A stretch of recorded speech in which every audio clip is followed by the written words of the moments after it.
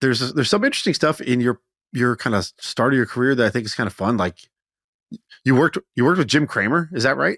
When you were 16 years old, you worked for Cramer, the guy who's always yelling on CNBC. What was that like? What's Cramer like? Kramer's great. Hedge funds were a different world back then. It was a very, very small asset class, maybe 50 billion, 100 billion total. You were in high school at the time? I was sort of in this like weird state of both being a high school dropout, a high school graduate, and a high school, continuing, kind of education. It was very weird. I went to this very special school called Hunter, where I fulfilled all my degree requirements pretty early. So I was ready, sort of graduated in the state's eyes, but I continued to sort of like go to the school and pick up credits and like go to college at the same time. So it was just a weird like mishmash of education and sort of hard to explain. But were you kind of like, you're almost like a class clown of society now? Were you like that in high school, or were you just like a straight-laced kid at that time?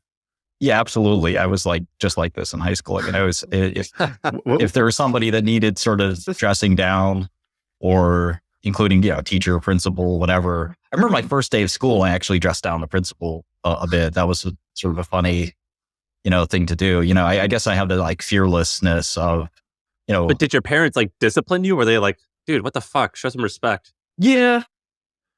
I think. But not really. I don't know. I think there's like this, I've always had this, opinion that people take themselves too seriously and take authority too seriously. And of course, I landed myself in prison.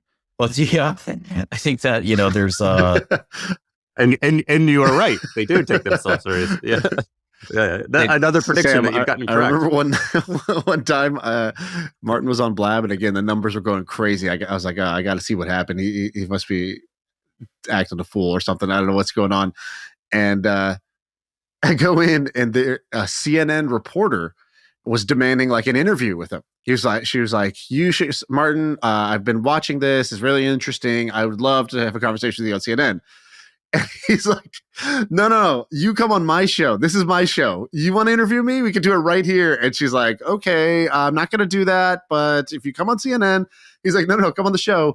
And then she's like refusing or whatever. He's like, then she starts like trying to like have a moment to like tell him how bad he is. And then he asked her, he's like, I'm going to the gala tonight. You want to be my plus one?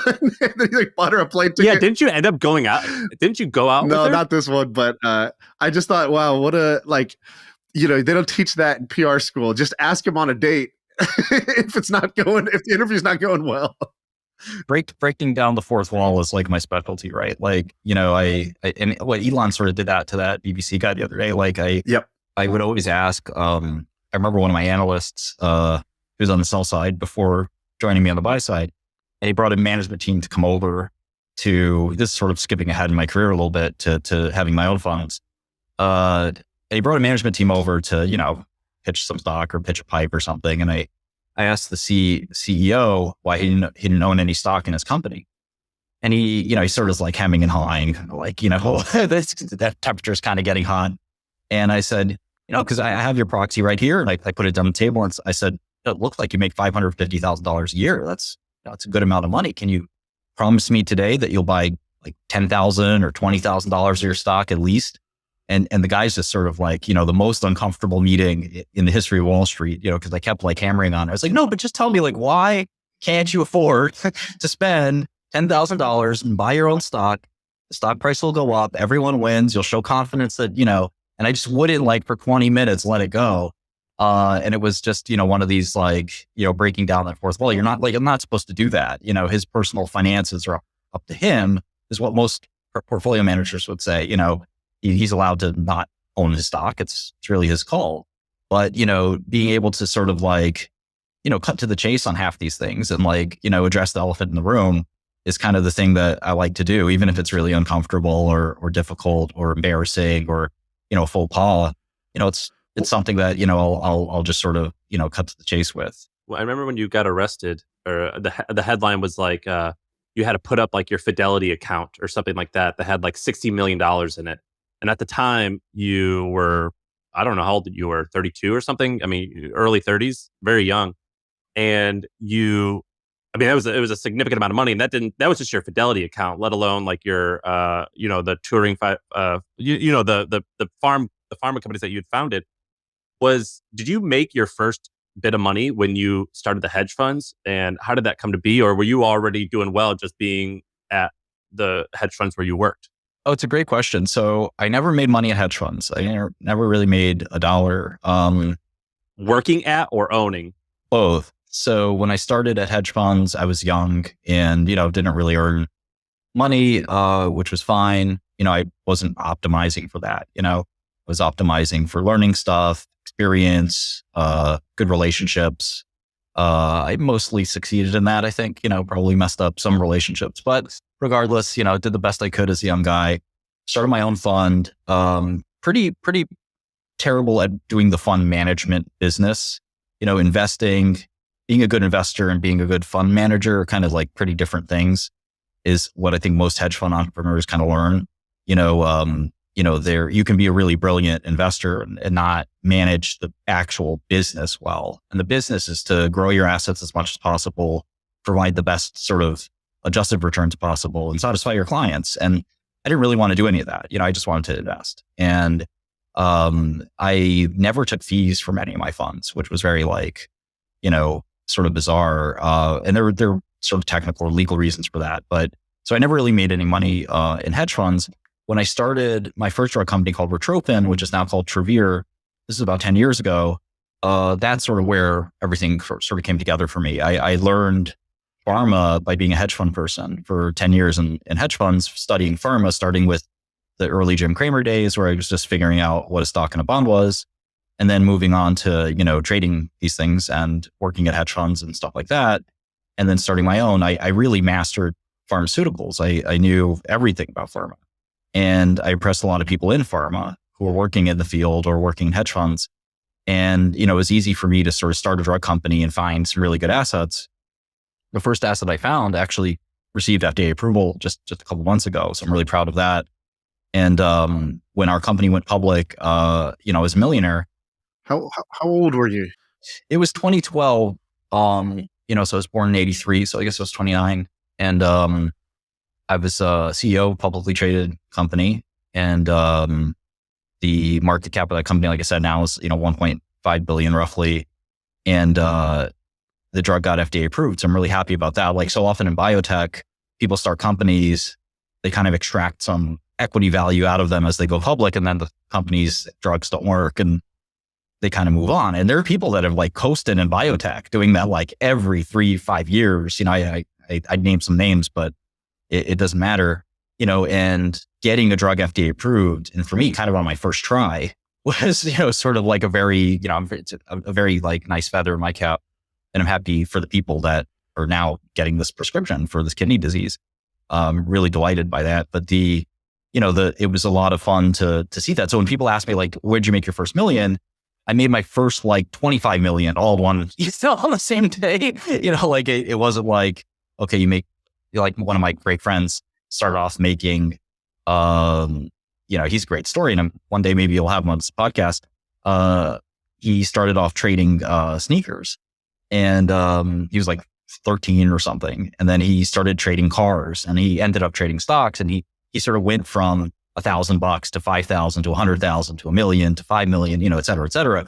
And, that road isn't what everyone does, right? Like some people, I was like literally almost like starving, and like broke, trying to get that big win, and it came through.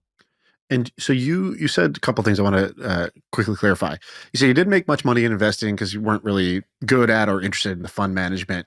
But presumably, if you're good at or interested in the investing side, you would still generate returns. So what was it like?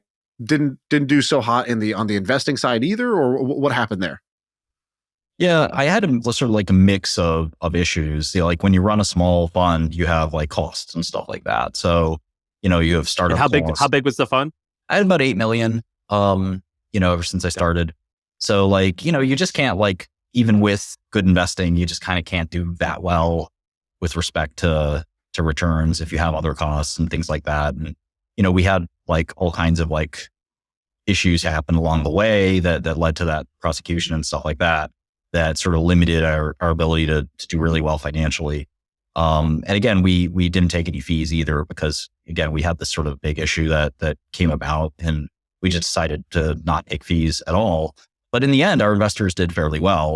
The record shows that our investors all made money in our funds. So I was really happy to deliver that. But, along the way, there were a lot of twists and turns and hiccups they're not worth going into. But hedge funds for me were kind of like just sort of like a roller coaster of issues that were just over, and over again, kind of like various unexpected twists and turns that didn't really add up to profit. I was sort of intensely possessed with pharmaceutical companies and pharmaceutical assets, which are drugs and medicines. And, it was actually a better fit to do private equity, kind of style investing where you actually buy whole medicines, whole companies. That worked really well for me. And I've seen a lot of people in hedge funds sort of transition to that model of, well, if I can buy 5% of a software company, why can't I buy 100% of a software company, right? That makes more sense to me. And for me, you lose that. Like, one of the things I was very bad at trading and investing was kind of that impulse, right? Where you have to have this insanely good discipline as a trader. And my partner had this really, really great discipline. I didn't. So I could value a security as good as anyone. But when it came time to executing and actually deploying capital and risk management and stuff like that, it was much harder for me to be good at that.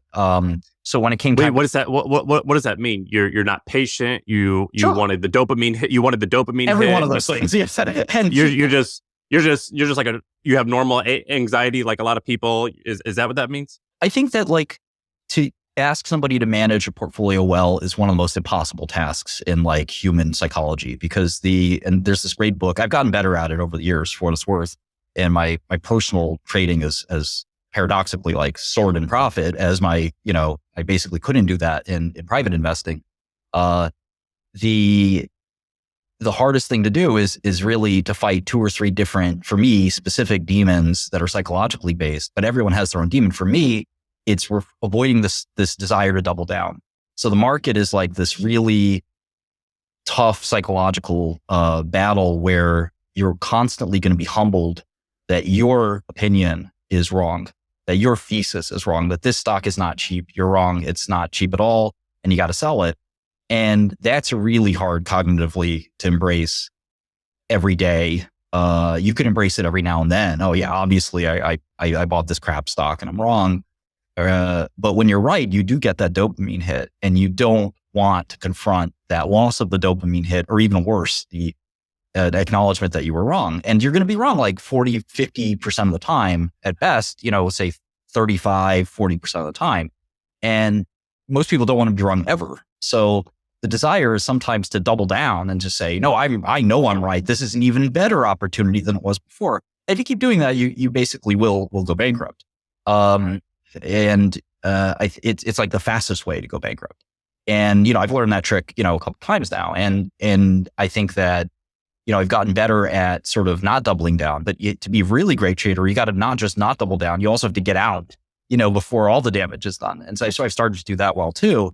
But, these pains are not pains your investors want you to learn on their dime, right? They're pains you have to sort of, be ready, when you start your own fund. So I sort of started my fund too early and stuff like that. But I think that I wouldn't change a lot, in the sense that when you have a fund, you learn more about your industry. If you do it right, I think you learn more about your industry than any other sort of job, other than actually being in that industry. So you learn a ton about what Wall Street wants. So let's say if you're a software analyst, it's really great to then have a software company, because you know exactly kind of what the exit looks like and what public company investors want to see.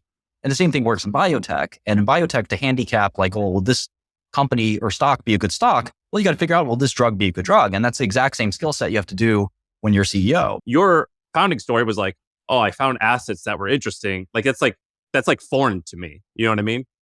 Yeah. So if there was a company, for example, my first hedge fund, we bought 10% of this company, publicly traded company, and they had bought this asset from Bristol Myers, the major drug company in New Jersey. And Bristol Myers spent $50 million developing this drug, and they quit. They basically said, this doesn't fit our portfolio. We're not really going after the disease they were trying to go after was hypertension, which is very boring and does not need another medicine. There's like 60 hypertension drugs, there does not need to be a 61st. And they just quit on the drug. There are people who have like really bad resistant hypertension and so forth. So I really like this asset. I like the way it worked. And after Bristol Myers quit on it, the publicly traded company in the financial crisis, they merged with another publicly traded company. So I went to the publicly traded company. And again, only thing I have is a hedge fund moment. And I said, let me buy. And nobody's told a story, by the way. So this is a good time to tell it because it's a really, it's basically a story about how we went to this company with $2 million and turned it into over $1 billion, which is kind of remarkable. But people do this in pharma every day. And my friend, and at the time it was actually my biggest investor, Vivek Ramaswamy, he's now running for president. He basically took our business model and supersized it. And we decided, I sort of did all this research and said, instead of hypertension, we should go with this rare kidney disease called focal segmental glomerulosclerosis. And if you just go on PubMed and you have the willpower, you can learn a lot about medicine and you can dive in and really PubMed just being like a database of articles. Yeah, PubMed and is patents, I guess. Yep, PubMed is the government database of all scholastic biomedical literature. So 36 million papers. If you sit there long enough and you have the passion, you can become a billionaire. It's just a matter of sitting there and sifting and sifting and sifting, which most people don't have the patience, desire, or willpower to do. But every single biomedical innovation is logged in on PubMed. And you were sifting for what? What were you looking for when you went on PubMed? Yeah, you have to put the pieces together. So this drug was an endothelin receptor antagonist. And what does that mean? It inhibits a protein called endothelin and its function. Well, what will that do, right? You have to decide, you have to learn, where is endothelin expressed in the body? How does it work? What does it do? If I stop endothelin from working, what benefits will that have? What problems will that result in? And you have to look at the history of, other companies have tried this. What have they seen? What have they discovered? And what's interesting about pharma is that you think that these companies cover the waterfront, but they really just prod and poke a little bit. There's actually probably 10 diseases that this drug could be beneficial for. And I made a list of those and I said, which one of these is going to work for sure? And there are companies that got half the answer and stuff like that. And you just have to keep poking. And we found these handful of diseases that really made a lot of sense. Now, the problem was nobody in Wall Street really liked it. It was very, kind of early, there was this sort of tough problem of if you reduce the amount of protein in the urine of a patient, does that really save their kidney? And I thought I convinced everyone that I could reduce the amount of protein in the urine, which was a very big endpoint to me, but not as conclusive as, am I saving their lives? Am I preventing dialysis and kidney failure, which is really the so-called hard endpoint. So I had the soft endpoint that seemed almost certain I was right. And I was starting to convince companies like AbbVie and Vertex and other big biopharmas that, I was onto something, but nobody wanted to write a check, so I basically got one of the management teams that I used to deal with on Wall Street to invest. And I slowly kind of cobbled together some money, met folks like Peter Thiel and others to try to sort of get some investors, did a reverse merger. And this was going to be basically his first pharma deal ever. We didn't end up doing the deal, but it was a very funny thing because there was this East Coast versus West Coast mentality. As a Wall Street guy, he was, he's obviously, one of the top VC type guys. And this is a time where he had Clarium, their founders fund was just getting started and stuff like that. And,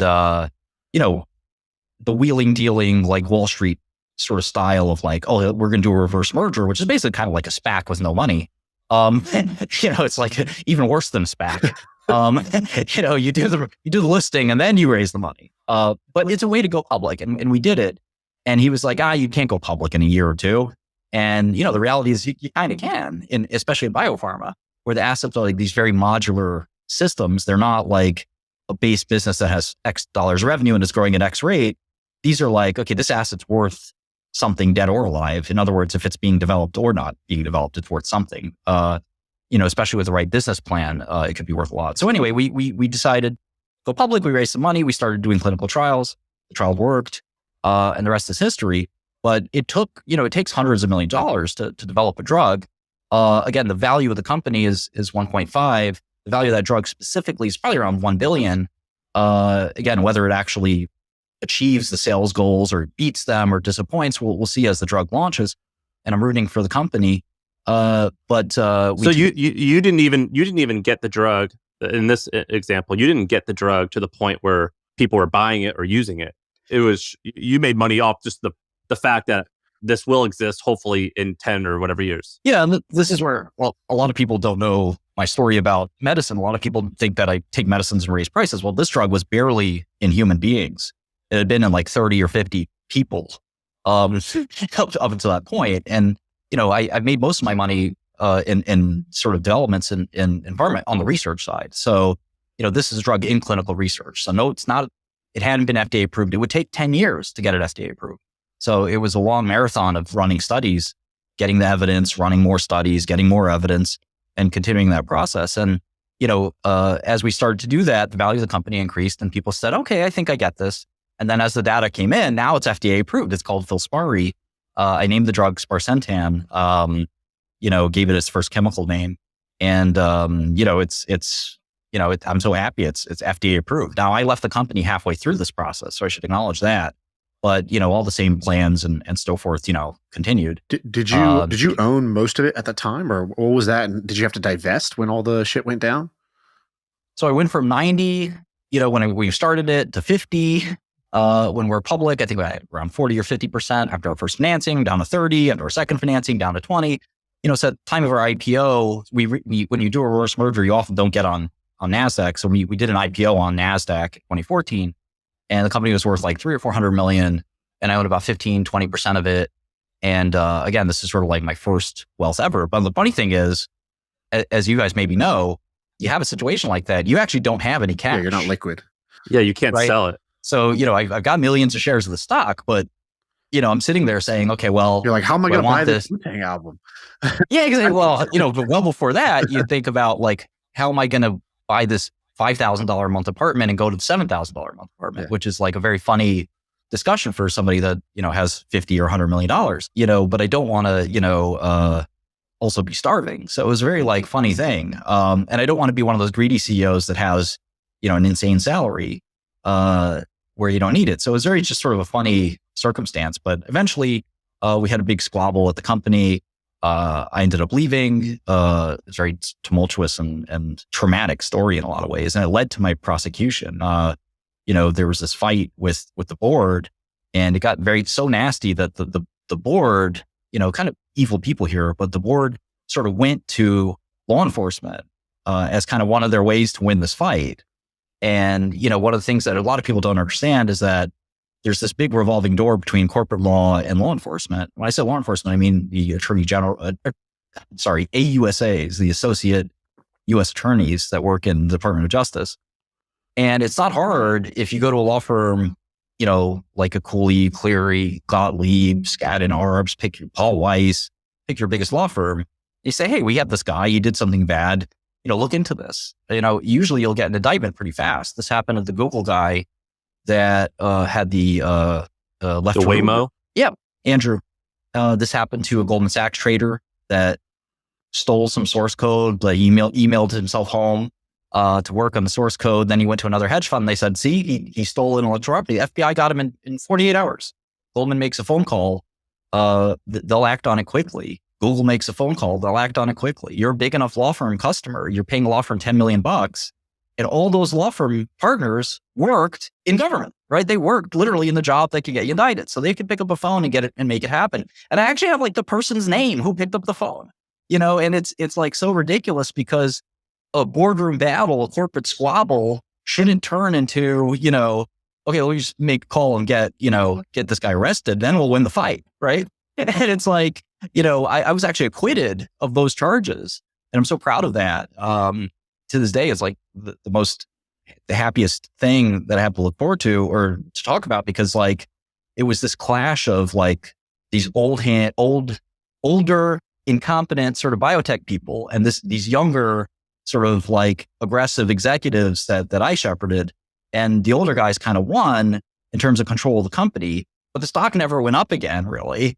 And, it just was sort of this company that they were able to sort of siphon millions of dollars out of, which is like for a lot of talentless executives, like that's really exciting. Like getting a $5 million paycheck a year plus a golden parachute, plus all the perks and the power of being the CEO. Like none of that stuff mattered to me. I just wanted to make really big money and really big advances. And for a lot of people, like, getting the thing I just discussed was like, that's their life goal. That's their career goal. There's no need to do anything else. They'd rather preside over a company that does nothing, but pays them $5 million a year than a company that makes a huge advance in a treatment or whatever. So it was this big fight. And I just basically said, I'll start a new company. I don't need you guys. So I ran this company called The Hustle, which we wrote about you. And you actually were homies with Brina, this woman who worked for me. And you were like, at one point, we were like, hey, come visit me in San Diego. And I remember like, and Trung, yeah. And I remember like right when your story broke, it was Pharma Bro. And then I got to like, you and I chatted on Blab before. And I don't know if you remember, we've talked before. And I'm like, it's funny. This guy's not really a bro at all. Like, he's just a nerd. He's just like, he talks a lot, like, and he's confident, but he's like a pretty nerdy guy.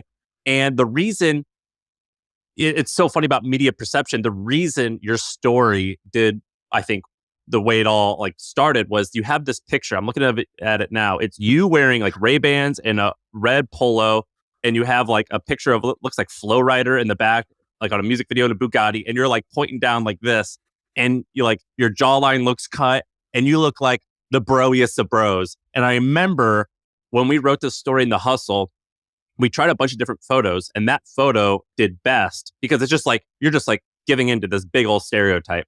And we just made this trade. Like that fucking picture ruined you, man. So the backstory is funny. Like we had just done this stock trade. It was in my personal account. We made $20 million shorting the stock called Vital Therapies. They were developing a liver dialysis machine. We spent day and night stalking this company and figuring out everything about the attempt to make a liver dialysis machine. It works for a kidney really well. They wanted to take that same idea and apply it to the liver. Sounds good, right?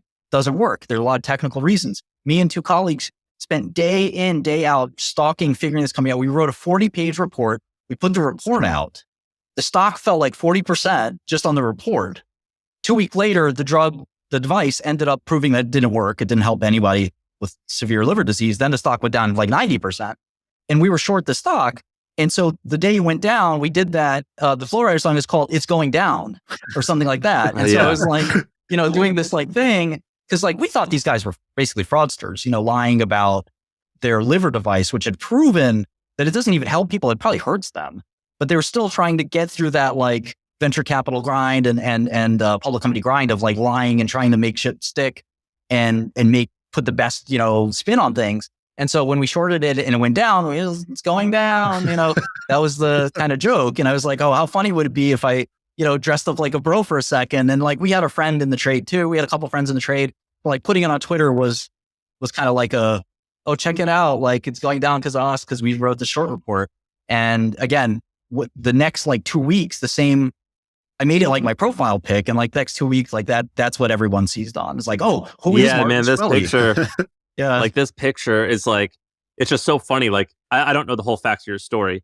And you admitted wrongdoing and everything, but it's like it was amplified, and this picture was like the beginning of the end for you. This one picture, that's what it seems. Because I remember this one picture going. The beginning of an interesting story. To me, like I'll take it and try it. Like you would look at it, and many other people look at it as the beginning and the end. I look at it as life's just a crazy ride. It's a crazy movie. It would be very boring to like be a value investor for the next 50 years and make $100 billion doing Graham and Dodd stock picking. Like, so it's right for somebody else. It's not right for my life. And it is the path I chose, not like, it was an intentional choice, maybe not the wisest choice, but it is the choice for me. And, I don't regret having had like a really interesting, exciting life. There are moments of it that weren't fun, but it's still one of these things where I'm not like deeply ashamed of like something I did or something like that. Like it's a conscious choice I made to sort of like do the things I did. The photo was, it was alarming to me that the media could take like an image and say, okay, this is this person. Let's cast it this way. And I think it sort of backfired in the long run. I'm sort of more popular than ever, and kind of doing just fine. So if you there's a price to be paid. If you could go back, would you have advised? If you could go back and kind of whisper in the ear of yourself at any point in time, would you have told yourself, hey, if you're going on TV, don't say that thing. Don't be smug. Don't do this. Don't do that. Would you have played it differently, knowing what you know now? I think like, there's two sides of the story with like the rationalist would say, of course, like tone it down here, tuck in your, tuck that in, then tuck in your shirt there, straighten up there, metaphorically.